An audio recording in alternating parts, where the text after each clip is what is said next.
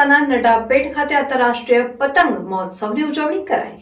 આજે તારીખ 12મી જાન્યુઆરીના રોજ ગુજરાત પ્રવાસન નિગમ લિમિટેડ અને બનાસકાંઠા વહીવટીતંત્રના સંયુક્ત આંતરરાષ્ટ્રીય પતંગ મહોત્સવ કાર્યક્રમ ભારત પાકિસ્તાન બોર્ડર નડાબેટ ખાતે ઉજવાયો। નડાબેટ બોર્ડર ઉપર નડેશ્વરી માતાજીનું મંદિર આવેલું છે, જે એક પુરાતન શ્રદ્ધા અને આસ્થાનું પ્રતીક છે। આજે આંતરરાષ્ટ્રીય પતંગ મહોત્સવ 2024નું આયોજન કરવામાં આવેલ, જેમાં અનેક દેશોના પતંગ પ્રેમીઓએ ભાગ લીધો અને પતંગો ઉડાડીને આનંદ માણ્યો।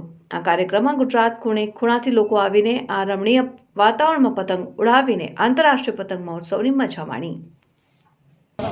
It is very well organized festival, vibrant festival, a lot of new friends, and I would like to thank the whole Gujarat government and government tourism for organizing this perfect event.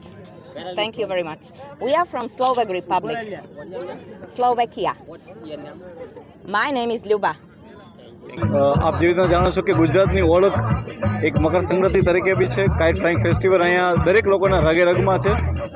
7 થી 14 દરમિયાન આ તારીખ દરમિયાન ગુજરાતના અલગ અલગ ઘણી જગ્યાએ કાઇટ ફ્લાઇંગ ફેસ્ટિવલ યોજાવાનો છે, જેમાં બનાસકાંઠા નડાબેટ ખાતે બી આજે યોજવામાં આવેલો છે। આની અંદર અલગ અલગ 15 કન્ટ્રીના લોકોએ અને 4 રાજ્યના 57 જેટલા પતંગ રસિકોએ ભાગ લીધો છે। આજે બનાસકાંઠાના આસપાસના લોકો ખૂબ મોટી સંખ્યામાં ભાગ લીધો છે આ જોવા માટે, અને મને વિશ્વાસ છે કે આની અંદરથી રોજગારીની વિપુલ તકો સર્જાશે અને આ પર્યટનને ખૂબ વેગ મળશે। આજના દિવસે પોલીસ તંત્રે બી ખૂબ સજ્જ થઈને આમાં કામ કરેલું છે અને હાલમાં કાયદો વ્યવસ્થાની સંપૂર્ણ સ્થિતિ સારી છે। Thank you.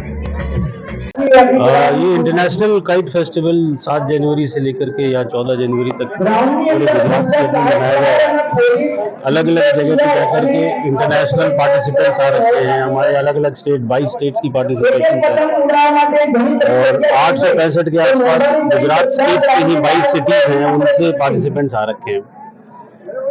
सबसे बड़ी बात यह है कि ये बहुत दूर दराज के अलावा बॉर्डर जो अपने आप में ही दूर है, आबादी से मेन टाउनशिप से 175 किलोमीटर के आसपास दूर है। यहाँ पे आकर के ये फेस्टिवल को सेलिब्रेट करना एक अपने आप में सरकार की मंशा को दर्शाती है कि किस तरह से बॉर्डर टूरिज्म प्रमोट किया जाए।